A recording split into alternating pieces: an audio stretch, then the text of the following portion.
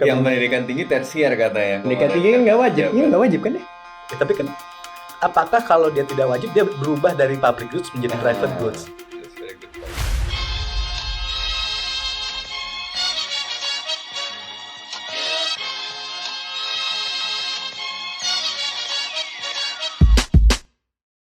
Selamat datang kembali di podcast Bebas Aktif season ketiga episode ke-35. Ada gue Raffi dan Mas Sofwan, dan kali ini kita kedatangan tamu spesial untuk meluruskan dan menjawab pertanyaan-pertanyaan mengenai isu yang sedang panas belakangan Ada ini. yang bengkok.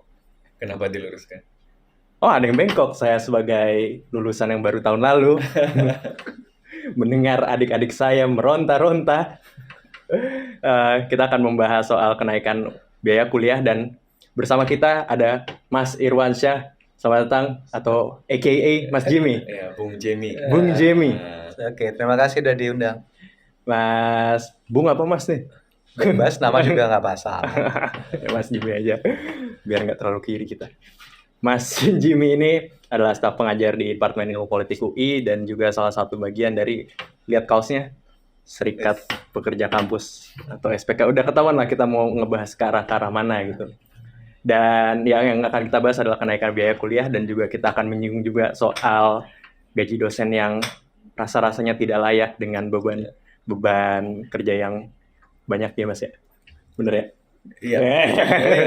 Menurut survei. Menurut survei yang kita sudah dilakukan oleh Mas Sofwan sendiri dan begitu. Ya, sama teman-teman. teman-teman. Iya. Kita akan bahas itu, tapi teman-teman jangan lupa untuk subscribe YouTube Kontekstual. Kalau teman-teman suka konten kita podcast Bebas Aktif tayang seminggu sekali. Bahas isu-isu internasional dan juga nggak jarang isu domestik. Dan follow juga sosial media kita di @kontekstualcom di Instagram dan di Twitter. Mas Jimmy, ada yang mau dipromosikan? Oh, ini kalau mau tahu SPK di spk.org.id. Oh, di belakangnya ada spk.or.id. Itu Kita juga ada akun media sosialnya, tapi saya lupa, mungkin SPK. Saya udah manula sih, jadi nggak tahu. Yang saya tahu ada di Twitter cukup banyak followersnya dari ya mungkin ketik aja ya Twitter SPK. SPK. spk.or.id. Itu ada info-info pergerakan ya Mas ya? Ya kayaknya selalu rame ya. Maksudnya karena yang resah kan banyak, bukan cuma mahasiswa tapi juga kita pekerja kampus. Membahas keresahan itu, pas banget episodenya kita rekaman hari ini tanggal 22 Mei, karena belum lama Menteri Pendidikan, Teknologi dan Riset, Mendikbudristek, Mas Menteri Nadiem Makarim baru aja dicecar di DPR tentang isu kenaikan uang kuliah tunggal atau UKT, yang menurut beberapa pengakuan di media sosial yang gue baca, dan juga BEM-SI juga sebenarnya udah diundang juga ke DPR kalau ada kenaikan, dan beberapa kenaikan bahkan tidak wajar, ada yang ratusan persen, berkali-kali lipat itu terjadi gitu kepada teman-teman mahasiswa. Dan Nadiem Makarim di sana mengklarifikasi, dan ada beberapa poin yang coba gue ringkas lah, simplifikasi sedikit, yang bikin ribut juga di media. Kenaikan UKT ini katanya emang diberlakukan untuk memberi keadilan, karena UKT naik dengan diikuti penambahan kelas pembayarannya gitu. Kan biasanya ada kelas 1 yang paling rendah ya, kelas 1, 2, 3, 4 dan seterusnya, itu makin naik. Itu nanti ditambah. Terus kenaikan tidak wajar yang terjadi itu harus dihentikan, berarti tanpa sepengetahuan mereka ya. Gue bisa berasumsi kalau kenaikan itu akan mereka hentikan. Dan mereka juga mengklarifikasi kalau yang kena kenaikan itu adalah mahasiswa baru di tahun 2024 ini. Jadi yang masih mahasiswa sekarang nggak kena itu. Nggak ada yang nanya itu juga. Nggak ada yang nanya itu juga, bener ya. Nanti kita bahas. Dan ya sebenarnya itu poin-poin yang jadi ramai juga di media sosial. Dan gue mau ke Mas Jimmy dulu untuk memulai pembicaraan kita. Kita mulai dari Mas Nadiem ini dulu, pernyataan-pernyataannya. Melihat isu yang beredar sekarang, jawaban dari Mas Menteri ini, apa impresinya? What do you think? Bagaimana dia merespon semua ini? Ya, kalau mau kaget, nggak ada yang mau dikagetin juga, karena pernyataan itu kan konsisten dengan kebijakan yang dibuat, yang menghasilkan kenaikan yang tidak wajar tadi kan. Jadi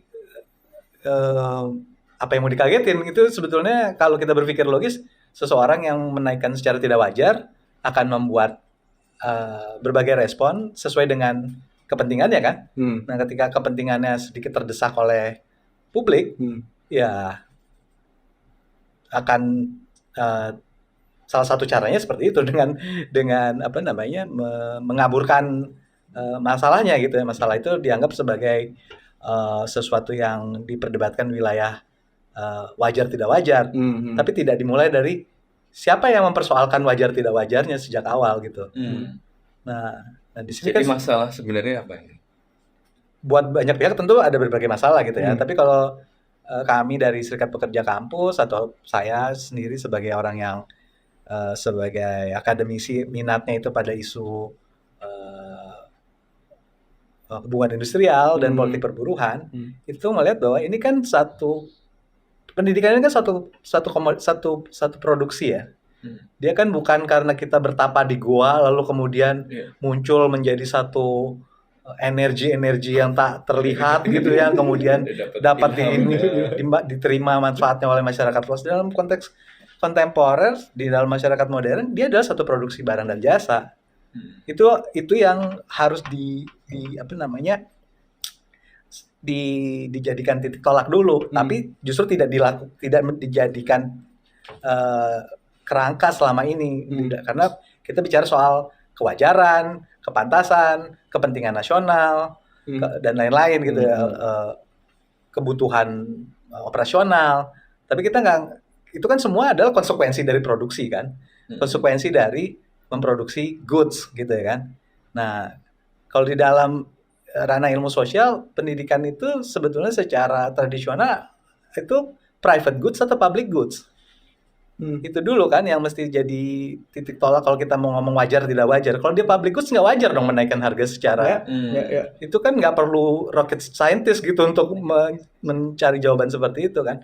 Lalu kalau kita mau ke konstitusi, dia juga disebut sebagai public goods gitu kan. Mencerdaskan kehidupan bangsa itu iya dari kan? pembukaan undang-undang, lalu di pasal undang-undangnya juga begitu. Cuma kan itu pendidikan dasar katanya. Di Yang konstitusi pendidikan kan nggak tinggi, disebut, tapi kan yang pendidikan tinggi tersier katanya. Pendidikan tinggi kan nggak wajib, nggak wajib kan ya?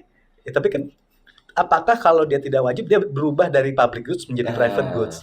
That's very good point. Itu kan apa namanya perdebatan teknis lagi gitu, yang saya bilang wajar gitu ketika sesuatu yang secara fundamental, masalahnya fundamental, lalu diselesaikan berpuluh-puluh tahun pasca reformasi ini secara teknikal. Padahal teknikal itu political, ya, yang teknis itu kan politis gitu kan. Betul. Dan kemudian masyarakat ternormalisasi selama ini untuk melihatnya sebagai masalah teknis gitu.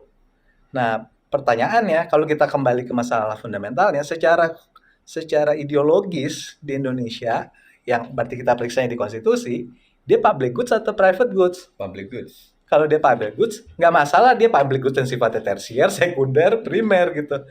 Begitu juga kalau yang private kan. Kemarin di komunitas para akademisi, salah satu profesor ekonomi ngirim meme yang lucu gitu. Fotonya orang lagi di tempat cukur rambut, barber. Ini barang tersier yang saya konsumsi bukan sebagai barang mewah. Jadi tersier juga bisa bukan barang mewah. Nah, tapi kan semua orang tercekat gitu. Wah, kok berani banget sih ngomong kayak gitu si siapa pejabat itu ya. Karena itu menurut saya sudah dipersiapkan dengan baik untuk mengarahkan semua perdebatan ke wilayah teknis. Bukan ke wilayah ideologis konstitusional yang akan mestinya membuka ruang bagi percakapan yang lebih demokratis. Kan kita semua ininya yang berkepentingan.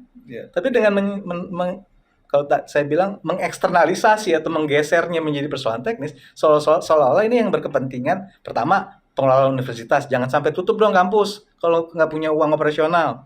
Yang kedua, keluarga, mahasiswa mungkin urutan ketiga, orang tua mahasiswa. Jangan sampai dong anak saya nggak bisa kuliah di tahun ajaran berikutnya.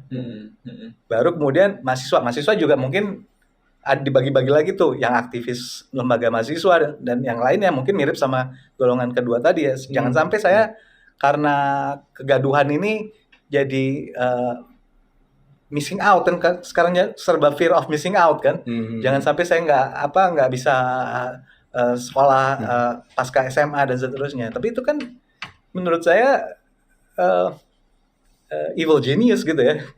Kejahatan yang jenius gitu ya, karena membuat sesuatu yang konstitusional, ideologis di Indonesia sifatnya mengenai pendidikan sebagai public goods, barang publik, menjadi perdebatan yang semata-mata teknis. Dan ketika di wilayah teknis yang bisa bercakap-cakap ya cuma sedikit dong. Ya. Jadi ya akhirnya menteri sama pengelola pendidikan, terus yang lain udah terima aja, menyesuaikan aja gitu ya. Sama netizen yang ngomel-ngomel tapi bingung gitu kan. Mau ditanggepinnya apa, tersiernya apa artinya gitu. Kan penggunaan istilah itu aja menurut saya didesain dengan baik loh gitu. Ngapain ngomong pakai istilah tersier itu bukan gitu. blunder ya emang. Kan buruk sangka boleh kan di forum ini kan. Dalam pengertian mulu kok kayaknya. Scientific skepticism boleh dong ya kan, punya skeptisisme scientific gitu. Apa iya itu nggak dipikirkan kata itu dimunculkan gitu. Kalau buat saya itu dipikirkan dengan baik-baik gitu. Atau mungkin Freudian slip gitu ada di kepala. Dia mau ngomong apa emang? Iya, kalau Freudian slip apa yang mau diomongin sebetulnya? Gue tertarik sama yang tadi Mas Jimmy katakan, ada bagaimana cara melihat pendidikan ini di Indonesia. It's supposed to be public goods. But in practice, melihat beberapa bulan kebelakang ini, rasa-rasanya ada orientasi yang berbeda dari pemerintah yang sekarang via Kemendikbud Ristek. Kayaknya dilihat sebagai private goods, di mana mungkin nggak semua orang. Bahkan menterinya ngomong loh, apa? Menaikkan harga. Harga. Harusnya apa Mas Emang? Itu kan istilah yang menunjukkan secara subconscious, mungkin dia melihatnya sebagai private goods. Mungkin karena background-nya dia juga pemain pasar mungkin ya. Ya, atau mungkin karena habitusnya aja begitu. Oh iya. Ya, tapi anyway gini, sebenarnya ini bukan hal yang baru juga ya. Gue inget tuh, gue masuk kampus pertama tahun 2003 itu juga udah kita aksi pertama pas ospek itu ya aksi soal kenaikan harga, kenaikan biaya kuliah. Berarti ini old news ya sebenarnya. Ya old news, tapi ya karena ada terus, itu berarti kan ada masalah yang nggak selesai. Makanya ini bukan cuma soal teknis, sebenarnya tadi yang dibilang soal Mas Jimmy. Jadi gue inget gue masuk kuliah pertama 2003. Ya nggak perlu disebut. Ya tadi bilang sendiri. Oh iya 2003. Iya. Itu UI naikin biaya uang pangkal, namanya admission fee ya, uang gedung gitu masuk ya, kayak uang gedung ya. Terus gue ingat kita sampai waktu itu sampai blokir Gerbatama gitu ya, karena ya itu bikin dampak yang luar biasa besar sih, terutama buat teman-teman yang memang angkatan gue dan kemudian angkatan setelahnya ya. Masih ingat nggak berapa waktu itu harganya? Harganya, biayanya. Jelas, ya signifikan gitu ya. Jadi ketika sekarang terjadi lagi, rasanya kok memang berarti masalahnya ini sesuatu yang fundamental. Masalah ini bukan cuma soal kenaikan harga yang tidak wajar, kenaikan biaya yang tidak wajar. Gitu. Jadi ini kayak masalahnya itu digeser gitu. Yang diprotes oleh masyarakat kan bukan cuma soal kenaikan biaya yang tidak wajarnya gitu, tetapi ada masalah yang lebih mendasar. Kenapa sih pendidikan tinggi jadi yang seharusnya adalah hak bagi warga negara, adalah public goods, jadi sesuatu yang kemudian hanya bisa diperoleh melalui akses finansial gitu, melalui seleksi finansial. Tentu secara normatif, secara retorika banyak diomongin, nggak boleh ada yang nggak bisa kuliah gara-gara biaya. Ya dari dulu juga diomongin begitu, tetapi de facto adalah banyak yang kemudian ya terpaksa berhenti kuliah atau malah nggak jadi masuk karena takut lihat biaya. Dan belum sempat jadi mahasiswa malah. Ya, walaupun tentu saja faktornya banyak. Nah, makanya tadi menurut gue memang gue setuju masalahnya ini jangan sampai dibatasi pada masalah teknis aja. Kalau jadi masalah teknis aja nanti ribut antar dosen, nanti ribut antara orang-orang yang ngurusin teknis ya gitu ya. Gue kebetulan kan apa ya, dengar-dengar juga gitu orang-orang di kampus ngomongin soal biaya pengelolaan perguruan tinggi yang nggak murah dan terbatas gitu ya.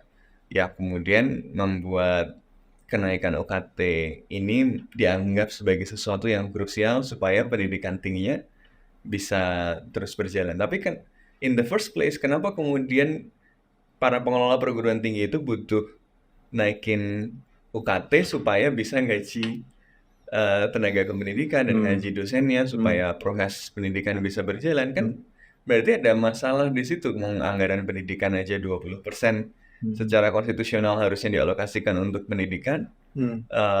Kenapa dengan alokasi biaya pendidikan yang sebesar itu ya kemudian nanti disebar macam-macam dan didikti cuma kebagian sekian, itu akhirnya kampus-kampus harus cari dana sendiri gitu ya. Sekarang kan paling 15-20% saja ya dibiayai oleh pemerintah. Yang oke, kalau yang dibiayai 15-12%, orang kalau beneran dibuat jadi private ya. Kalau orang cuma punya saham 15% atau 20%, kan harusnya dia nggak bisa ngatur gimana karyawannya ngapain gitu kan ya. Dia harusnya nggak cawe-cawe soal rektornya siapa misalnya kan. Kalau cuma punya saham 25%, cuma punya saham 20% atau 15%, kenapa suara menteri 35% misal untuk pemilihan rektor kan nggak make sense. Kalau suara lu, ini dari hal sederhana aja ya, kalau suara lu 35% minimal banget kan, 35% itu baru suara soal pemilihan rektor, belum hal-hal lain kan kayak soal kepangkatan, soal penentuan nomenklatur aja masih diatur. Nomenklatur apa?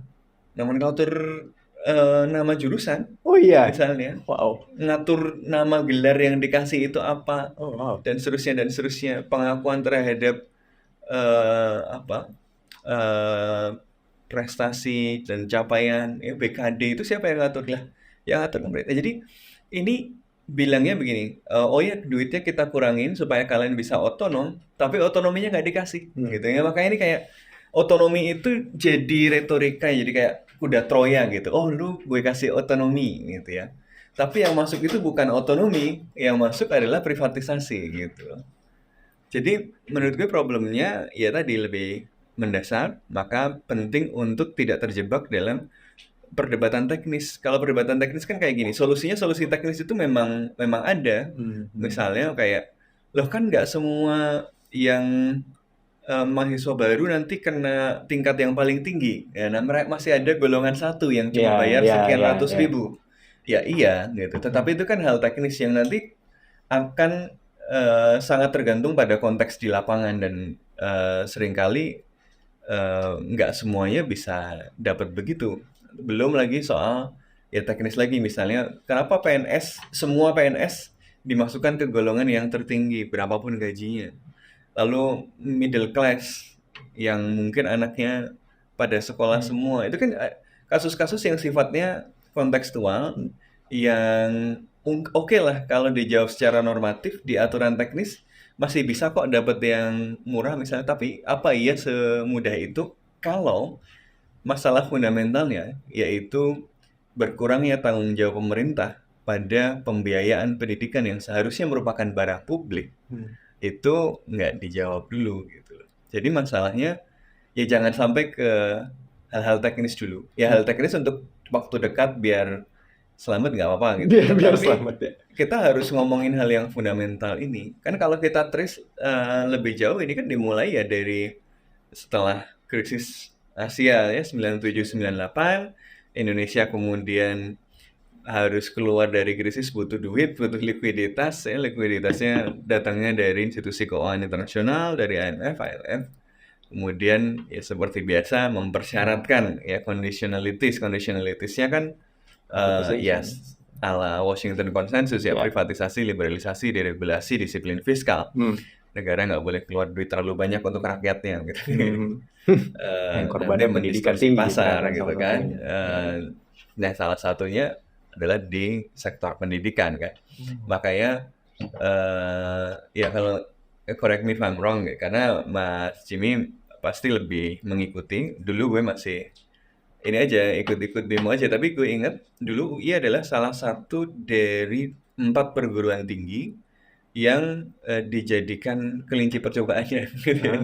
Namanya PT BHMN ya, perguruan tinggi BHMN. Jadi dulu kan semua perguruan tinggi negeri itu perguruan tinggi negeri PTN. Gitu. Makanya dulu namanya UMPTN, ujian masuk perguruan tinggi negeri, gitu kan. Belum bukan si Penmaru lagi ya? Ya. Beda. Oh iya, itu generasi yang lain lagi. Gue belum setua itu bro. Si Penmaru. Ya. Nah dari UMPTN itu karena nggak semuanya PTN kan kemudian nanti berubah jadi SPMB, sistem penerimaan mahasiswa baru gitu kan ya. Yang di situ nanti selain ada SPMB, nanti ada jalur-jalur mandiri. Kenapa ada jalur mandiri? Karena ya tadi kampusnya butuh duit. Oh karena kemudian nggak semua dananya disediakan oleh negara lagi, dia bisa cari duit sendiri. Termasuk kemudian dari jalur-jalur yang dia bisa buat secara mandiri, gitu ya. Kan bahasanya bagus ya. Oh kampus dibuat mandiri, dibuat otonom. Tapi itu kan sebenarnya bahasa yang Kaviat. Iya. Ya, yang mandiri itu cari duit ya gitu. Tapi mengelolanya masih banyak diikat kan. Jadi kebalik, harusnya kan duitnya dikasih, kebebasan akademiknya dibebaskan gitu loh. Otonomi perguruan tinggi kan harusnya begitu. Yang dibebaskan adalah bagaimana dia bisa berpikir dan berkarya dengan bebas, karena duitnya karena dia kebutuhan publik ya sudah disediakan dengan tenang. Sekarang duitnya dikurangi, kebebasan berpikirnya dikurangi juga gitu. Itu kan bahaya betul gitu. Jadi ya kira-kira begitu. Jadi UI itu kalau nggak salah PP tahun 152 tahun 2000 ya. Jadi dari dari PP itu kemudian ada 4 perguruan tinggi negeri yang berubah statusnya menjadi BHMN. BHMN tuh Badan Hukum Milik Negara ya.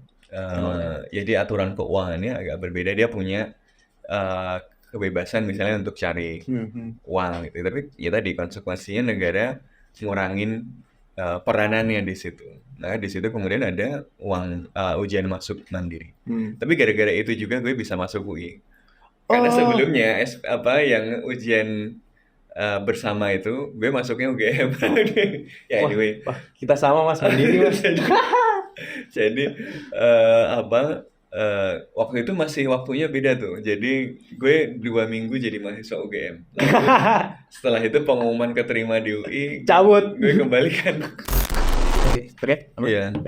Tapi no hard feeling teman-teman UGM. Simply karena gue anak Jogja. Jadi gue pengen lihat ibu kota ya? Ya kota lain yang berbeda gitu ya. Jadi akhirnya gue pilih UI gitu ya. Hari-hari pertama itu langsung demo-demo terus gitu ya. Langsung karena demo lagi ya? ada kenaikan itu admission fee itu. Dan seingat gue, sepanjang gue kuliah itu hampir 2 tahun sekali itu selalu ada demo dan protes soal kenaikan uang kuliah. Gitu ya. Dan gue sendiri sempat jadi anggota MWL unsur mahasiswa. Jadi dipilih dan itu ributnya sama rektorat lagi-lagi soal biaya kuliah juga. Karena tadi secara formal misalnya rektorat dan MWA menjamin bahwa tidak ada mahasiswa yang dikeluarkan gara-gara tidak bisa bayar kuliah. Tapi secara de facto kita ngumpulin data teman-teman mahasiswa.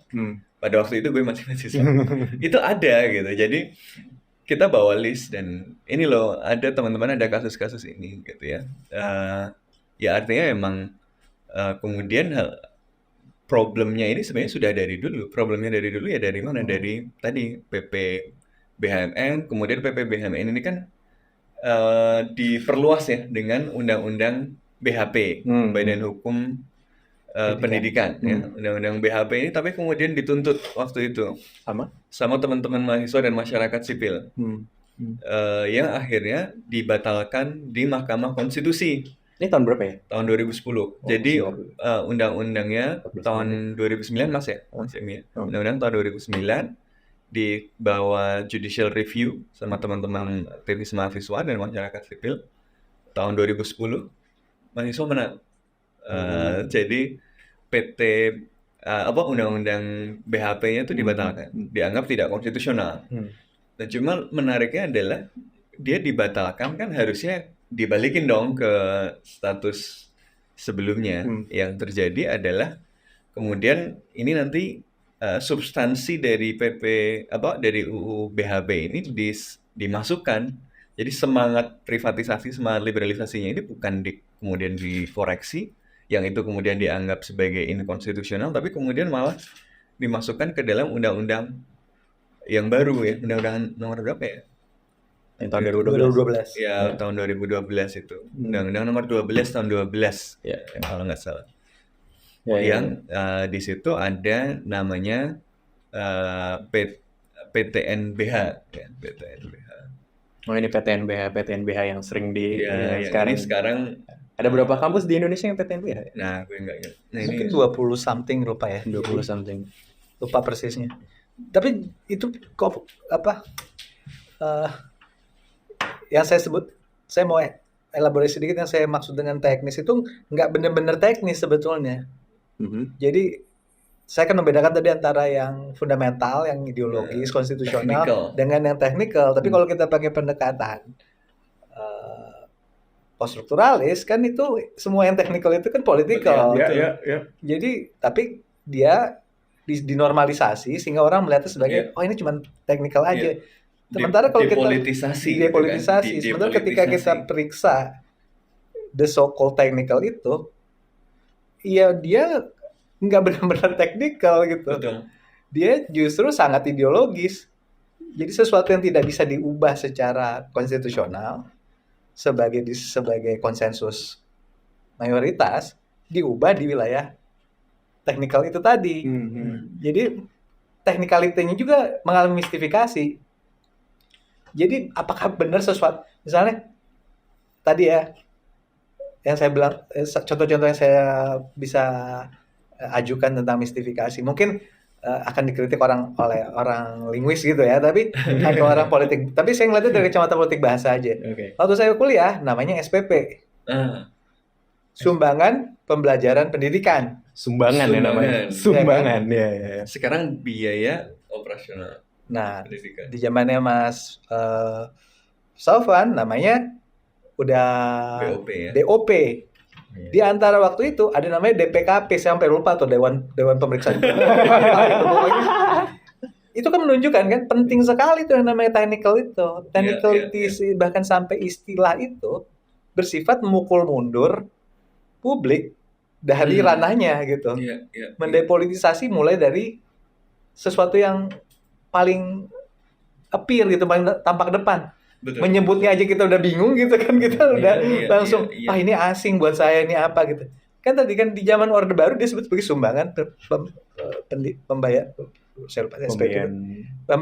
pembiayaan pendidikan gitu. Jadi kalau zamannya Mas, ketahuan saya manulanya ya, ketika zamannya Mas Sofwan mahasiswa demo karena menolak kenaikan harga, kalau zaman Orde Baru mahasiswa masih disosialisasikan oleh penyelenggara orientasinya, kita kuliah karena dibayar oleh rakyat, bla bla bla bla gitu ya. Jadi itu menjadi sesuatu yang sifatnya ideologis gitu, yang saya bilang ditarik dari konstitusi tadi, sehingga ketika tadi ada konteks reformasi, krisis ekonomi, ketidakmampuan untuk mencari solusi demokratis yang kreatif berhadapan dengan tekanan struktural saat itu, maka pragmatismenya adalah ya udahlah kita main di wilayah teknis.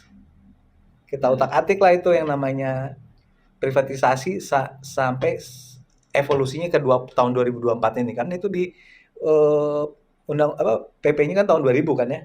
Tahun 99 setahu itu udah ada demonstrasi di kampus juga, karena luar biasa kan. Mahasiswa baru aja jadi pahlawan atau dipahlawan-pahlawankan gitu sebagai yang bisa membuat perubahan politik dan lain-lain. Langsung 99 diberi ganjaran hadiah terbaik buat mereka, kenaikan SPP. Itu sesuatu yang luar biasa kan. Itu mungkin hukuman itu mungkin.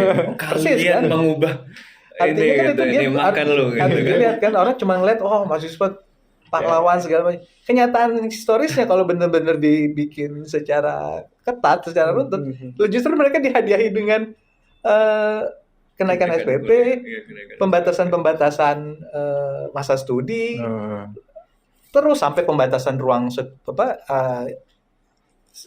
politik, ruang dan seterusnya. Jadi ini sebetulnya semua saling terkait gitu jadinya kalau kita mau ngelihatnya secara bukan teknis saja gitu. Dan ini khusus UI ya, karena ini fakta jadi saya nggak takut mengungkapkannya. Ini sebetulnya UI di tahun 2099 itu ya emang tradisinya karena masih semangat bersama rakyat bla bla bla gitu ya. Jadi ya kita protes dong, atau mahasiswa protes gitu. Kok malah naikin SPP gitu, naikin yang dirubah istilah menjadi DPKP itu, dan itu pada Dies Natalis, jadi hari ulang tahun UI.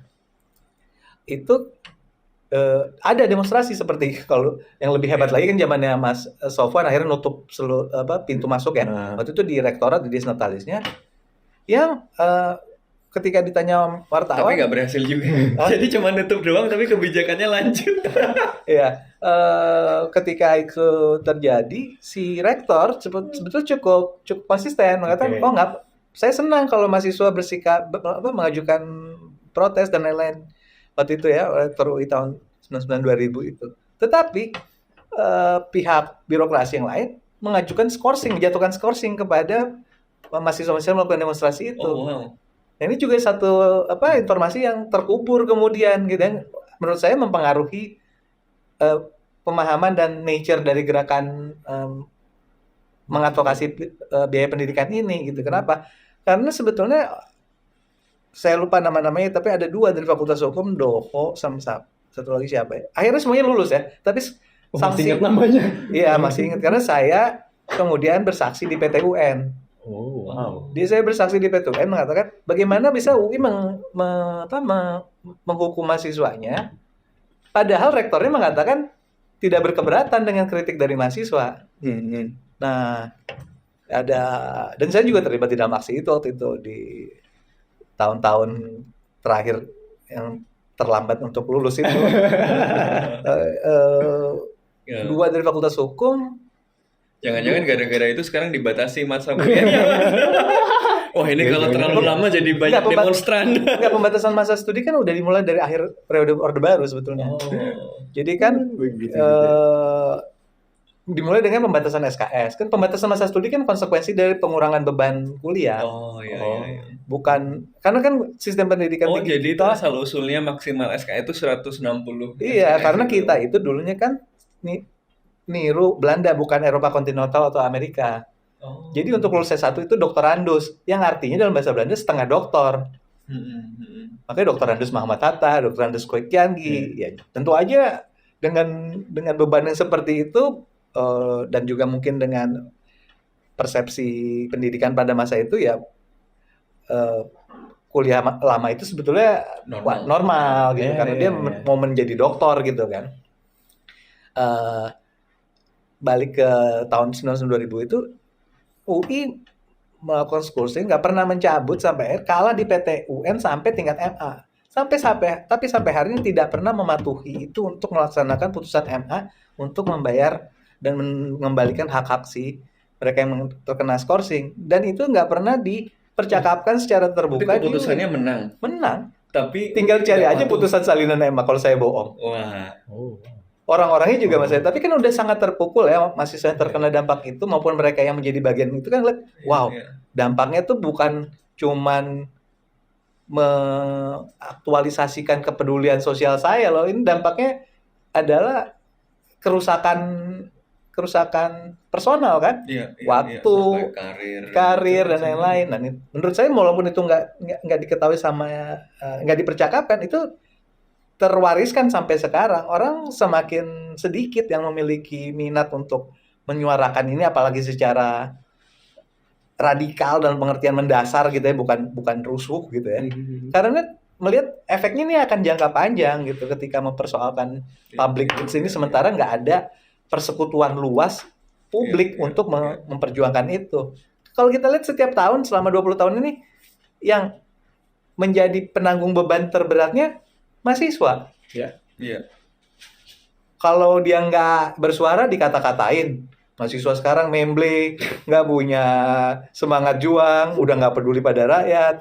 Tapi kalau mahasiswanya protes dibilang, lo kok cuma ngurusin sebagian orang aja, yang lain enggak. Iya. Pokoknya Kok cuma mikirin itu canggih lah. doang? Setup ideologis ini udah jelas menyasar siapa yang, kalau saya dalam studi saya dalami itu politik produksi, namanya eksternalisasi biaya dan risiko. Kalau di dalam dunia hubungan industrial namanya pekerja outsourcing, kontrak, yang bahasa kerennya fleksibilisasi produksi, fleksibilisasi manajemen. Ini kan juga fleksibilisasi pelaksanaan pendidikan tinggi, ya kan? Pendidikan tinggi yang makin fleksibel. Sekarang nggak cukup bayar mahal, tapi habis itu suruh ambil kuliah online. Nah, kalau gitu kuliah online aja langsung, kenapa mesti bayar mahal gitu kan? Tapi karena dikemas dengan fleksibilisasi, kemampuan beradaptasi dan lain-lain, kita terpesona dan ya udahlah mau gimana lagi, udah berubah zamannya gitu kan, logika yang kita tangkap kan.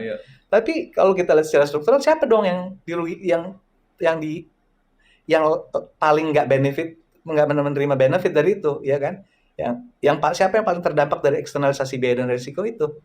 Kalau di dalam urusan advokasi, kalau dalam urusan pembayar ya pasti keluarganya ya.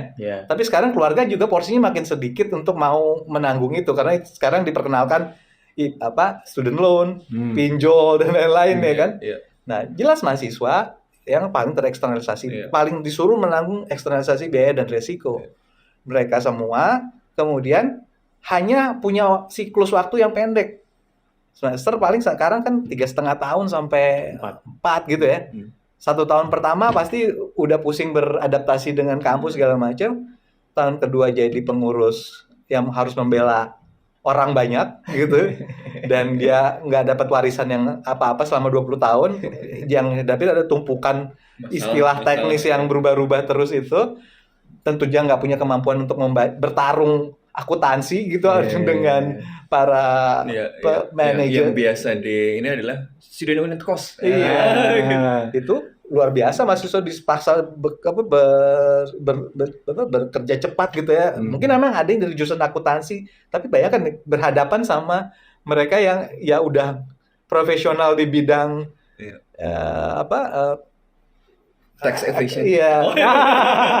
Macam-macam ya. Pokoknya financial engineering lah gitu kan. Rekayasa finansial dalam pengertian netral gitu ya, ya kan. Nah kan itu pertandingan yang nggak pernah seimbang. Pertandingan tidak seimbang ini mau dipertahankan terus. Ayo kita bertanding di wilayah teknis. Sama seperti sebetulnya kejam itu sama kayak tantangan oknum-oknum yang menantang mahasiswa untuk KKN di Papua. Ya kenapa memang kalau KKN di Papua dilindungin, ya pastinya jadi ambisi semua orang dong. Begitu juga kalau mau bertanding di wilayah teknis, perlengkapi dong mahasiswa dengan kemampuan teknisnya. Kalau enggak, ya benar-benar frustrating menurut saya. Kalau saya bersimpati sama gerakan mahasiswa sekarang ya, karena kalaupun mereka itu pasti prosesnya nggak akan selesai di masa mereka kuliah. Kalau siklusnya 3,5 sampai 4-5 tahun. Ketika mereka nggak selesai di masa itu kuliah, mereka udah harus mengoper ke kepengurusan berikutnya lagi. Nah, ini satu refleksi di mana gerakan pendidikan itu nggak bisa jadi gerakan teknikal. Dia harus jadi satu gerakan, tadi Mas Sofwan sempat mention masyarakat sipil. Masyarakat sipilnya kemana selama 24 tahun ini gitu? Kenapa nggak melihat ini satu persoalan mendasar dalam memburuknya demokrasi kita? Memburuknya demokrasi kita tuh bukan baru terjadi kemarin gitu. Bukan dalam satu aspek aja ya, elektoral aja. Dia udah terjadi secara menyejarah gitu ya. Dan berkelanjutan, sistemik. Dan ini saatnya sebetulnya yang merespon ini bukan cuma pekerja kampus atau mahasiswa atau pengelola kampus. Ya semua kekuatan yang kemarin menangisi memburuknya demokrasi mestinya menjadikan ini pintu masuk untuk memenangkan sesuatu gitu. Kalau kalah di elektoral kan mesti punya partai. Tapi kalau memenangkan public good sebagai mandat konstitusi, masa itu nggak bisa dilakukan? Tapi kan perlu ada refleksi gitu ya, untuk nggak tergiring gitu ya dengan itu tadi ya, depolitisasi tadi itu. Ya, dan dia dilakukan gradual ya. Jadi kalau kita lihat akarnya sebenarnya ya tadi liberalisasi pendidikan tinggi, yang konsekuensinya banyak, tetapi kemudian dia diselamurkan, Apa tuh? diselundupkan gitu ya melalui bahasa-bahasa teknis gitu kan, yang kemudian membuat kita di debatnya di hal-hal yang Teknikal. bukan fundamental dan sedikit demi sedikit goalpostnya digeser gitu, sampai akhirnya kita pada titik yang ini udah jauh banget sama perdebatan yang paling fundamental tadi, apakah negara harus bertanggung jawab pada biaya pendidikan tinggi ya, perdebatannya kan kemudian dia tadi ke hal-hal gimana supaya yang mahasiswa baru bisa kuliah gitu kan, yang itu juga penting. Gimana caranya pendidikan tinggi, gimana caranya biar kampus bisa survive. Tapi kita nggak nanya dulu kenapa sih kampus jadi punya kebutuhan seperti itu dan tidak bisa dipenuhi gitu kan. Ini kan sebenarnya satu paket yang hadir dari liberalisasi pendidikan tinggi tadi. Pertama, negara melepaskan tanggung jawabnya sedikit demi sedikit secara gradual, karena negara menghilangkan tanggung jawabnya secara gradual, dia jadi komoditas privat, maka dia harus bersaing di pasar. Ya. Kalau dia harus bersaing di pasar, cara dia bisa survive adalah dengan kompetitif kan. Supaya dia kompetitif, maka kemudian kita masuk ke dalam rezim ranking-rankingan itu kan. Jadi kenapa kemudian ada rezim ranking-rankingan tadi? Karena kita harus berkompetisi di dalam industri itu gitu. Kita bukan menyediakan public goods untuk mendidik sebagai bagian dari mencerdaskan kehidupan bangsa, tapi kemudian pendidikan tinggi tadi jadi penyedia jasa di dalam industri pendidikan tinggi global tadi, yang kemudian harus bersaing. Supaya bisa bersaing, apa indikatornya? Indikatornya adalah ranking-rankingan. Sekarang semua indikator kualitas pendidikan tinggi kita basisnya adalah bagaimana caranya supaya rankingnya naik. Ya. Rankingnya naik nggak? Dan Enggak. Jadi apa ya? dan ranking banyak banget lagi yang biasanya. Dan rankingnya banyak banget. Jadi kita tuh kayak apa ya, ditipu oleh ya, industri perankingan itu kan industri juga, itu bisnis juga gitu loh. Secara arbiter, gue juga nggak tahu ya kenapa orang-orang kampus yang seharusnya diajarin berpikir kritis itu mau aja ngikutin ranking-rankingan yang dibuat oleh orang-orang yang apa sih dasarnya, kenapa citation sekian bobotnya, kenapa ini bobotnya sekian, kenapa ini bobotnya sekian. Lah kalau yang buat mereka yang ranking paling tinggi ya terus yang kampus-kampus itu aja terus gitu lah, ngomong industrinya begitu gitu kan. Lalu kenapa itu dijadikan dasar bagi ukuran tercapainya tujuan pendidikan tinggi kita? Loh, kita ini salah arah. Ya tadi karena negara melepaskan tanggung jawab pendidikan sedikit demi sedikit, dia kemudian geser dari barang publik jadi barang privat kemudian jadi barang yang ada di pasar. Kalau ada di pasar jadi prinsipnya kompetisi jadi harus ada ranking-rankingan yang kemudian nilai-nilai kompetisi perankingan, nilai-nilai yang mengkristalkan dia sebagai barang publik tadi, lucunya justru diinternalisasikan oleh negara. Kan aneh. Negara kemudian membuat kita tunduk pada nilai-nilai yang meletakkan pendidikan sebagai barang privat. Misalnya tadi indikator kinerja perguruan tinggi diukur dari hal-hal yang diturunkan dari ranking-ranking. Bukan dari amanat konstitusi, bukan dari sesuatu yang lebih mulia gitu, diturunkan dari gimana caranya biar rankingnya naik gitu. Karena untuk naikin ranking, sementara industri pendidikan itu sudah sangat timpang gitu ya, dan sangat berpusat terkonsentrasi di barat. Mau usaha kayak apa juga ranking kita naiknya juga gitu-gitu aja gitu loh. Kita jadi kayak disuruh melakukan sesuatu yang impossible ya, kayak Sisyphean task gitu. Oh iya. Nggak cuma Herculean task gitu ya. Ini Sisyphus ya, dorong batu terus sampai di atas dilempar lagi ke bawah gitu, suruh naik terus gitu. Jadi kita suruh ngejar ranking terus. Untuk ngejar ranking itu kan indikatornya kemudian macam-macam tuh yang ditentukan di ranking itu. Salah satunya publikasi ini. Yang ini yang kemudian diturunkan jadi BKD. BKD-nya jadi tinggi, sementara negara nggak punya kreativitas dan duit untuk memfasilitasi penelitian biar publikasinya ada. Caranya gimana? Jadiin beban, jadiin tuntutan, kalau nggak digaji, kalau nggak dapat sebagian dari komponen hak yang seharusnya, karena komponen hak itu dikasih mau kayak apa juga gitu, kemudian jadi dibuat bersyarat gitu. Jadi negara kemudian menjadi instrumen untuk menginternalisasikan nilai-nilai pasar, kan aneh banget gitu. Jadi kemudian diinstrumentalisasikan melalui BKD, melalui ini gitu. Gue asesor BKD. Gue juga bagian dari state apparatus. State apparatus. Ya tapi ya begitu, ini justru menunjukkan betapa terkungkungnya kita. Bahkan negara pun kemudian mungkin negara juga nggak sadar karena sudah saking terinternalisasi. Jadi kita harus kembali lagi ke akarnya. Ya akarnya tadi liberalisasi pendidikan tinggi. Karena tadi dengan deprivatisasi, kampus kalau mau survive harus compete, kalau compete harus ikut ranking-rankingan tadi membuat kita harus punya tuntutan-tuntutan yang tidak realistis, yang karena negara tidak bisa memfasilitasi, kemudian dibebankan ke dosen, kemudian muncul aneh-aneh kayak BKD itu, gitu ya, yang gajinya tidak sesuai dengan tuntutan-tuntutan itu, ya kan? Jadi semuanya menderita gitu loh, gara-gara ini. Mahasiswa menderita karena jadi tadi tempat pembuangan eksternalitas, dosennya menderita karena tadi dia dipaksa kemudian menjadi cara untuk si kampus bisa survive dengan compete, mau dia digenjot publikasi dan macam-macam tanpa dikasih fasilitas oleh negara dan ekosistem yang memadai gitu ya.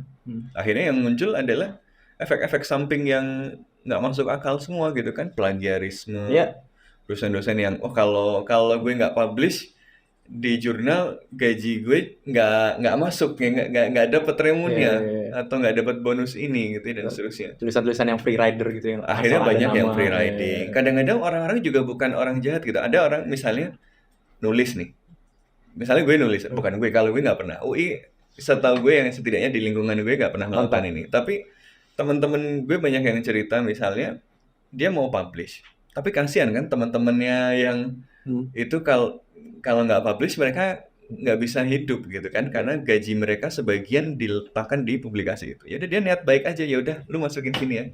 Jadi itu nggak selalu tapi nggak selalu hadir dari karena dia jahat, karena dia rakus, bukan hal personal. Ini adalah hal yang sistemik.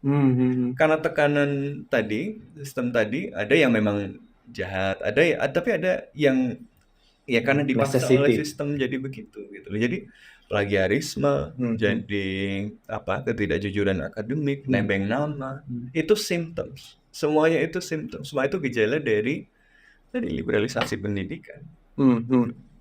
Nah, pas sekali kita masuk ke gaji dosen ini.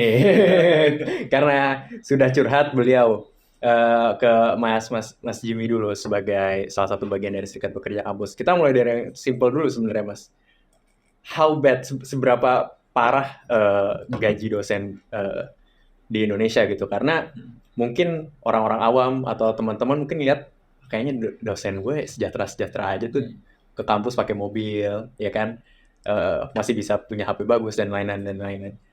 Itu apa yang terjadi sebenarnya? How bad it is? How bad the condition di lapangan sebenarnya? Tergantung measurement indicatornya gitu. Kita mau pakai mean, rata-rata, modus atau median, yang kalau kata guru statistik saya paling jujur, yang harus dipercaya paling jujur pakai median kan. Median. Tapi bagaimana mendapatkan median itu kan? Nah, maka itu tugas di lain hari. Tapi berbagai riset dari riset yang berbasiskan persepsi ya, jadi nggak bener-bener kalau dicari seberapa buruk secara objektif itu masih PR ya, karena berarti harus ada keterbukaan informasi ya tentang gaji segala macam itu. Nah, tapi kalau dari beberapa riset SPK dan juga beberapa kelompok yang lain itu kan sebetulnya sangat konsisten ya, bahwa buruknya itu harus dibaca bukan sebagai bukan skala nominal gitu, atau ordinal. Dia minimal, interval, dan sampai rasio. Jadi Itu apa itu? Iya kan kalau baik buruk tuh kan nominal kan, baik buruk gitu kan. Kalau 1, 2, 3 kan ordinal gitu kan. Tapi kalau mau bilang, oh kok dosen gue masih bisa pakai Samsung atau pakai iPhone gitu ya misalnya. Ya tapi ditanya dong berapa banyak waktu kerja yang dia habiskan untuk itu. Iya, iya. Dan Iya kan? dapatnya dari mana? Dan dapatnya dari mana? Apakah semua dari kampus? semua dari kampus? Oh kan semua sekarang diberikan banyak dana-dana segala macam. Terus kalau mengakses dana itu paperwork-nya seberapa banyak waktu yang harus dihabiskan? Jadi itu bagi mereka yang udah memiliki semacam gampangnya kaliber lah gitu ya. Udah Ceilingnya tuh tinggi banget untuk mencapai. nggak tinggi lah, makanya dia udah cukup lama berprofesi seperti itu, udah punya track record penelitian. Tapi kalau yang muda-muda mungkin ini informasi baru buat yang lain-lain gitu ya, buat yang selalu menganggap karena kampus itu tempatnya mahasiswa dan guru besar gitu, jadi the super semua. Kalau PNS itu di bawah UMP upah pokoknya sampai golongan 3 Oh ya. Jadi kalau UMP Depok, Universitas Indonesia ada jadi Depok, itu sekitar 4,2 4,5 saya lupa. Terakhir kita Depok ya UI itu. Kan ada Salem sama Depok. Katakanlah kita nggak cuma Depok lah yang lebih rendah daripada Jakarta. Saya pernah mengadvokasi pekerja di UI yang mendapatkan UMP. Begitu saya periksa slip gaji saya, loh kok upah pokok lebih kecil lagi.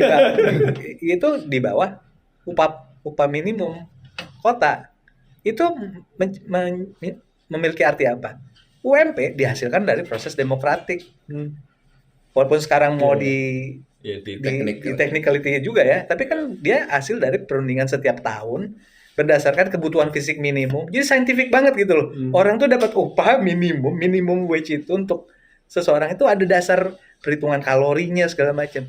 Kalau yang PNS dan kemudian yang non PNS yang BHMN segala macam itu mengikuti, kalau menurut aturan kan disetarakan dengan PNS, nggak mengikuti KFM. Iya. Cuma ikut undang-undang FPP ya, atau undang-undang. Jadi set seperti undang-undang PNS, mengikuti standar PNS. Memang kita bisa terlibat dalam perdebatannya PNS, dalam formulasi demokratisnya PNS. Kan nggak bisa. Itu juga mau saya lanjut sedikit tadi. Ini evolusinya kan udah terjadi 24-an tahun ya, ini tahun 2024 ya, hampir setengah abad lah ya. Seperempat abad. Kalau kita mau bilang neoliberal, ini udah neoliberal titik berapa gitu. Jadi dia private goods enggak, public goods sudah pasti enggak, tapi private-nya juga maunya diberi kemungkinan, kalau istilahnya Naomi Klein, ada revolving door antara capital private yang, atau kalau bahasa zaman Soekarno, oleh kabir gitu. Oleh para kapitalis birokrat, ya kan. Kalau dalam istilah-istilah teori oligarki disebut sebagai oligark gitu kan. Mereka memiliki akses untuk mendistribusikan, mengakses untuk menentukan siapa yang mendapatkan keuntungan dari distribusi sumber daya. Nah, jadi nggak benar-benar private juga. Itu yang menjelaskan kenapa. Loh kok kalau logikanya private, share lu cuma segitu, kok lu mau jadi penentu, jadi maunya enaknya dan kuasanya tapi nggak mau bayarin gitu. Lagi-lagi itu kan refleksi dari oligarki kan. Tapi kan kemarin itu technical lah, masa kalau bukan menteri siapa gitu kan. Ormas yang di bawahnya jadi melantur kemana-mana gitu kan. Terus kalau seolah-olah kayak corporate ada stakeholders gitu ya, majelis wali amanat lah. Itu stockholders apa stakeholders? Kalau dia stakeholders, publiknya siapa aja yang di situ? Mahasiswanya siapa? Si dosen dan tekniknya seperti apa? Nah, itu kan menurut saya lagi-lagi menunjukkan kalau pertanyaannya seberapa buruk, ya karena dia udah ujung gitu, udah jadi muara aja gitu. Kenapa? Karena 20 tahun survive kok. Iya kan? Jadi, lagi-lagi. Tapi orang Indonesia dikasih apa aja survive sih. Iya. Tapi kan antara kemampuan berdialektika dengan situasi dengan ini normalisasi. Betul. Ini kan survive yang karena normalisasi. Kenapa? Karena beruntung masih banyak orang di kampus itu memang punya passion untuk mengembangkan pengetahuan. Itu yang dieksploitasi gitu. Dan bahkan itu jadi kecenderungan bahkan di tahun 90 akhir Orde Baru, bahkan kalangan akademia lebih kritis liberal menurut saya ya, karena ya buktinya 98 berani untuk membuat berbagai macam kritik gitu ya. Tapi ketika terjadi peralihan menjadi neoliberal hybrid ini ya, maksudnya nggak benar-benar neoliberal memang hybrid ya. Jadi sesuatu yang nggak benar-benar private dalam pengertian klasik. Nah ini kebingungan tuh. Orang dulu nggak memperdulikan statusnya karena bahkan status menjadi PNS tuh nggak terlalu diminta, diharapkan gitu malah kan, karena nanti akan dikontrol penuh sama negara. Tapi bertransisi menjadi nggak PNS gimana? Muncul BHMN. Saya ketika mendapatkan status resmi pertama kali tuh sampai sekarang di surat kontraknya dengan UI ya pegawai UI BHMN yang berarti bukan PNS. Dan itu lagi-lagi berisikan kontradiksi kan, tadi empat universitas PTN yang di BHMN kan, cuman UI yang konsisten melakukan sebesar-besar mungkin peralihan ke BHMN.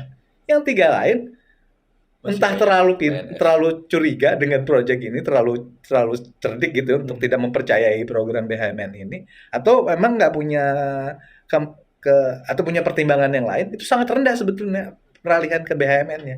Itu yang menjelaskan kenapa muncul gerakan pekerja di tahun 2000 ketika mahasiswa dan gerakan masyarakat sipil membatalkan undang-undang BHP. Itu juga pintu masuk bagi sesuatu yang tidak pernah ada dalam sejarah Republik sebelumnya, gerakan pekerja kampus. Di UI kita muncul, saya dan beberapa teman yang lain, banyak lah, bukan beberapa, banyak sekali gitu, memprotes karena secara legal pemerintahan waktu itu, pemerintahan Susilo Bambang Yudhoyono, merespon ketiadaan status BHMN dengan mengeluarkan PP 66 tahun 2010 tentang peralihan status dari BHMN menjadi PTN sampai adanya sampai adanya undang-undang pendidikan yang berikutnya. Tapi itu nggak pernah dilaksanakan, dihalang-halangi, bukan hanya cuma oleh negara. Nah ini yang menarik, karena udah terjadi normalisasi selama 10 tahun, juga ditolak oleh sebagian besar pendidikan tinggi, pengelola pendidikan dan juga kolega-kolega yang merasa, loh kita kan udah on the right track nih menjadi otonom. Iya. Gitu ya. Padahal otonom yang tadi dijelaskan oleh Mas, otonom cuma dalam soal yang teknis, dalam soal ideologis dan kebebasan akademik justru makin nggak otonom. Sehingga terjadi pertentangan yang keras waktu itu. Karena sebetulnya pemerintahan SBY nggak punya pilihan kecuali melaksanakan, kan PP itu ada batas waktunya kan pelaksanaannya. Nah, kita sebetulnya udah sampai di titik di mana kita harusnya diterapkan tuh PP. Jadi kalaupun nanti kalau mau bikin lagi ya kembalikan dalam keadaan yang sesuai aturan gitu ya. Nah itu nggak bisa dilaksanakan, keluar lagi undang-undang baru, undang-undang tinggi yang menghasilkan istilah-istilah baru, PTNBH, PTNBLU. Katanya ntar akan muncul istilah-istilah yang lain. Atau ada praktek peralihan kayak Trisakti beralih jadi PTN, nggak tahu nih statusnya dia BH atau BLU. Dia BH gitu kan. Nah terus pilihan-pilihan siapa yang dapat jadi PT, itu semua sangat super teknikal yang publik nggak bisa terlibat secara signifikan. Ini agak berbeda ketika tahun 2009 itu koalisinya bukan cuma gerakan mahasiswa, masyarakat sipil sangat kuat, ada Komite untuk Pendidikan Nasional segala macam itu ya, sangat banyak sekali, dan itu masih antusiasme publik tuh masih besar gitu ya, bahwa ini bisa dikoreksi gitu ya. Kalau sekarang sekarang makin parah dan masyarakat sipilnya juga lagi melemah. Dan mungkin lagi terkaget-kaget gitu dengan begitu banyak kok ada muncul istilah-istilah baru lagi, technicality baru lagi. Nah, balik ke pertanyaan kamu singkatnya, apakah seburuk itu? Ya kalau UMP udah jelas buruk dong. Kan dia ketika per definisi aja dia udah di bawah upah minimum wage. Berarti upah pokok itu pokoknya upah dong, berarti bukan minimum wage lagi kan. Jadi itu persoalan yang nggak pernah dipersoalkan karena itu tadi. Kemudian dibikinlah tuh macam-macam. Dengan BKD dengan Serdos akan ada additional income dari situ. Nanti ada Nanti dari yang lain ada tambahan lagi, dari lagi publik apa. dan seterusnya. Tapi itu bukan kayak, jangan dibayangin bener-bener kayak add-on ya gitu ya. Kalau kita punya operating system tinggal tambahin add-on. Enggak, dia technicality-nya rumit lagi untuk menghasilkan publikasi semakin tinggi, maka harus keluar duit yang semakin banyak juga. Terus untuk riset harus menghasilkan yang baru, sementara nggak ada supportnya untuk Saya dana penelitiannya aja nggak ada. dan lain-lain. Jadi kita tuh kalau bertanya soal buruk enggaknya, harus rasio itu tadi ya, perbandingan antara apa namanya ini, Kerja. upah nominal gitu ya, upah dalam angkanya sama real angka dengan real wage-nya gitu. Labor value. Ya kan itu akan orang kapitalis pun berpikir begitu kan. Masa dia cuma ngikutin, harganya 1.000. Kalau ketika ada terjadi inflasi dan lain-lain, harganya udah nggak 1.000 gitu kan. Nah, tapi kita termistifikasi tuh, nggak berpikir sebagai sosialis, nggak berpikir juga sebagai kapitalis. Kita berpikir sebagai orang-orang yang oportunis juga enggak, kayaknya termistifikasi, terhalusinasi gitu ya. Kalau yang dosen terhalusinasi. Nggak semua ya, saya merefleksikan diri saya aja deh biar nggak ada yang tersinggung gitu ya. Terhalusinasi sebagai pendidik gitu ya, nggak ngeliat diri sebagai pekerja. Yang tendik juga merasa dia bukan bagian penting dari ekosistem pendidikan tinggi. Padahal kalau tendik nggak kerja, dosen sekarang udah bisa digantiin sama kuliah online. Tendik sehari itu kan terbukti waktu pandemi. Yang satu-satunya nggak masuk kan tendik. Tetap diatur caranya. Nah, itu kan pertanyaan, negara kita, masyarakat seadil dan beradab seperti apa sehingga tidak membuat satu sistem yang lebih modern tentang produksi pendidikan tinggi. Lebih tragisnya, banyak sekali dari kita udah punya pengalaman pergi belajar di negara-negara demokratis, di mana sangat wajar ada hubungan industrial di sana. Ada asosiasi. UI kan UI dalam sejarah tadi timeline-nya saya jelaskan, di shifting dari PTN menjadi BUMN. Berarti dia setara dengan BUMN dong, Pertamina ya kan, PLN ya kan, kalau teman-teman tentu nggak asing dengan BUMN. Dia BUMN berlaku hubungan industrial. Bahkan sebelum ada undang-undang kebebasan berorganisasi tahun 2021 justru Menteri BUMN, Tantri Abeng waktu itu pertama kali udah menyatakan kebebasan berserikat di BUMN. Kenapa BHMN nggak ada serikat dan hubungan industrial sampai hari ini? Karena ada hal mistifikasi tadi. Loh, ini kan lembaga pendidikan, pengabdian, tempatnya kita bicara baik-baik sebagai keluarga tanpa tanda jasa dan seterusnya. Dan itu nggak berdampak baik ternyata. Tadi kan nanya soal ranking, emang rankingan itu menghasilkan teori apa dari Indonesia yang beneficial dan benar-benar dihargai sejak di dunia akademis internasional gitu ya. Itu kan logika dasar dari internet perankingan ini yang salah arah sebenarnya, dan kita menundukkan diri pada rezim perankingan kan tanpa alasan yang jelas gitu, aneh. Nah, anyway, ini tambahan dikit soal dosen-dosenan ya. Kebetulan saya terlibat di tim riset kesejahteraan dosen ya, sama beberapa teman yang kemudian setelah itu bergabung dengan SPK juga. Ini dari 1.196 responden. Tapi dosen itu memang macam-macam ya. Jadi kalau dilihat dosennya ada yang ke mobil, ada yang ke kampus naik mobil dan seterusnya, ya tergantung dosen yang mana kan, dan yang lihat di mana gitu. Ya kalau kita lihat nih misalnya sebaran ini yang nominal aja, yang basisnya cuma angka aja ya. Ini belum yang kompleks soal labor value-nya dan seterusnya. Betul bahwa ada 27% yang gajinya di atas 5 juta. Ini range-nya kalau nanti dipecah-pecah lagi, ada juga yang di atas 30 juta, tapi itu juga bukan dari kampus. Atau ada juga yang dari kampus, misalnya beberapa kampus besar, tapi sedikit, outliers. Tapi mayoritas, itu 42,9% itu di bawah 3 juta.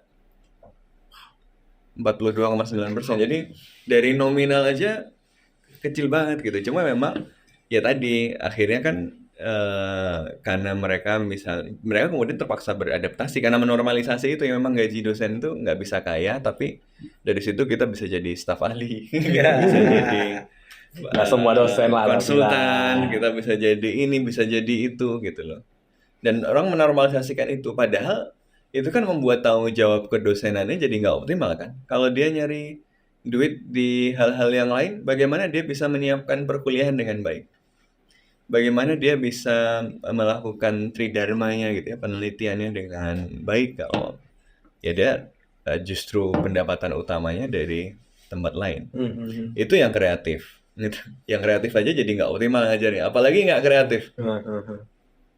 Ya, atau Mageran. nggak punya akses koneksi dan macam-macam. Kalau teman-teman swasta tuh ngeluhinnya udah bukan tridharma, mereka catur dharma. Jadi beneran catur dharma. Jadi pendidikan, penelitian, ngabdi masyarakat, dan mendatangkan proyek ke kampus. Iya. Tapi kan mereka private ya, jadi mungkin masih ada adabnya lah begitu, masih masuk logikanya. Tapi kenyataannya kan juga mulai jadi orientasi juga di program-program tinggi negeri ya. Betul.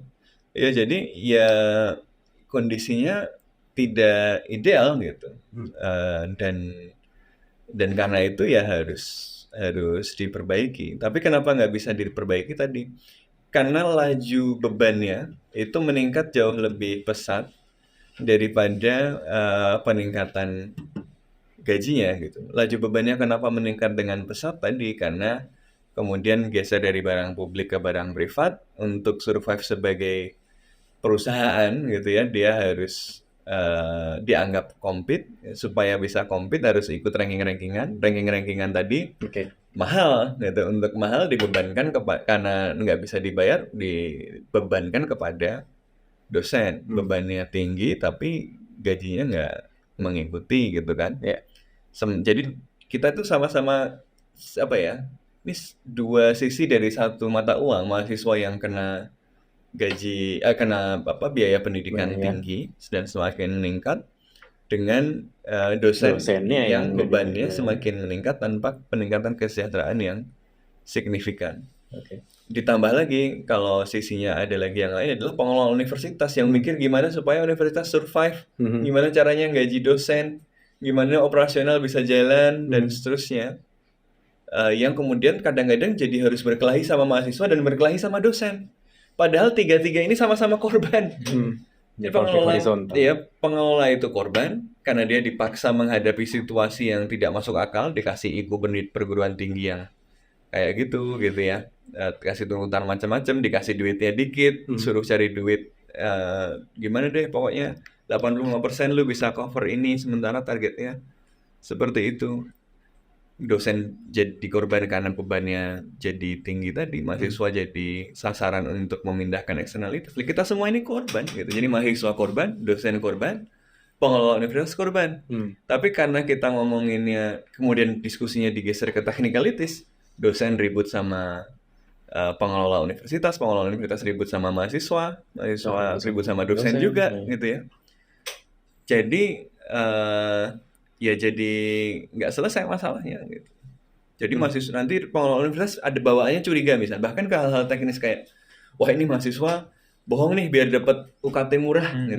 Iya nggak? Itu kan gejala dari apa ya? Ya dari cara berpikir yang salah tadi gitu loh. Jadi karena kita pusing sendiri pengelola universitas gimana caranya kampus bisa jalan. Terus dia ngelihat semua mahasiswa itu sebagai orang-orang yang potensial memalsukan sebenarnya dia orang kaya tapi dia ngaku jadi miskin biar dapat keringanan. Itu kan cara berpikir yang muncul karena tekanan struktural dari liberalisasi pendidikan tinggi. Jadi kita harus membebaskan itu dan kita harus menyadari bahwa kita semua korban. Pengelola universitas adalah korban, mahasiswa adalah korban, dosen adalah korban. Jadi ya harus saling bersatu. Oke. Closing yang bagus karena udah sejam juga kita ngobrol panjang lebar soal ini. Semoga teman-teman tercerahkan dan semoga bisa makin solid ya karena harusnya kita bersatu dan tidak bisa dikalahkan. Oke, terima kasih teman-teman. Saya boleh closing statement? Boleh. Harus. Siap. Karena kesempatan untuk SPK bicara ke audiens yang luas kan masih jarang ya gitu ya. satu saya setuju tadi ya persatuan, tapi saya mau lihat bahwa ini bukan persatuan temporer sebetulnya, karena persoalannya kan tadi ya sistemik dan menyejarah tadi panjang. Jadi ini harus kita lihat sebagai persekutuan publik gitu. Dan karenanya harus dirancang untuk satu perjuangan yang nggak pendek gitu. Jangan puas kalau misalnya ini dijadikan sirkus politik sementara waktu, lalu ada yang jadi pahlawan dan seterusnya. Percayalah itu baru di seujung kuku dari persoalannya, dan kalau kita cepat berpuas diri, ya kemudian akan masalahnya nggak pernah terselesaikan. Ini malah saatnya untuk ngomong persekutuan publik yang mempertahankan itu tadi ya, mempertahankan kepentingan yang sudah belum bisa dicabut dari konstitusi kita itu ya. Nah, yang kedua ya saya mau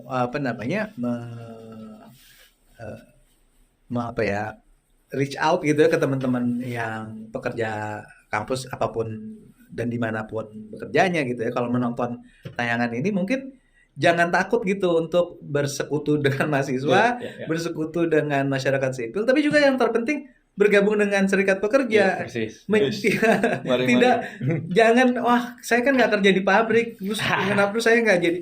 Ya, kalaupun diganti namanya jadi serikat apapun, intinya adalah satu asosiasi yang memperjuangkan kepentingan di tempat kerja. Dan itu juga penting karena dia adalah perwakilan publik di dalam tata kelola kampus. Kenapa? Yang harus kita antisipasi kabar buruknya, teknikalitas ini nggak akan berhenti gitu. Baru-baru ini kolega saya mengatakan sedang digodok RU baru tentang tata kelola pelaksanaan pendidikan tinggi. Jadi kita akan dibanjiri dengan begitu banyak regulasi. Kan kalau dalam literatur demokrasi sekarang disebut sebagai legal authoritarianism gitu ya. Otoritarisme legal berjibun dan akan sulit dibaca kayak UU CK. Dan kita akan frustasi gitu. Biar kita nggak bisa ngapa-ngapain. Nah, jadi kalau saya sih mau promo bergabung sama SPK, kita nggak galak kegigit gitu. Kita nggak kita justru butuh temen apakah tendik, laboran, pustakawan dan lain-lain. Begitu juga akademisi. Bukan karena kita udah lebih tahu dan bisa menjanjikan kemenangan, enggak, karena kita tahu ini persoalan kita semua korban dan harus ada space gitu, ada safe space di mana orang bicara dan keluar dari problemnya bersama-sama. Mungkin itu dari saya. Bergabung di spk.or. Bisa dicek sosmednya. Dan kita terima kasih buat teman-teman yang sudah mendengarkan. Semoga tercerahkan ya dengan permasalahan-permasalahan ini. Semoga kita semakin solid juga sebagai warga sipil biasa yang banyak menderitanya. Gue Raffi, Mas Sofwan, dan Mas Jimmy cabut dulu. Kita ketemu lagi di podcast Bebas Aktif episode selanjutnya. Oke. Terima kasih Mas. Mantap.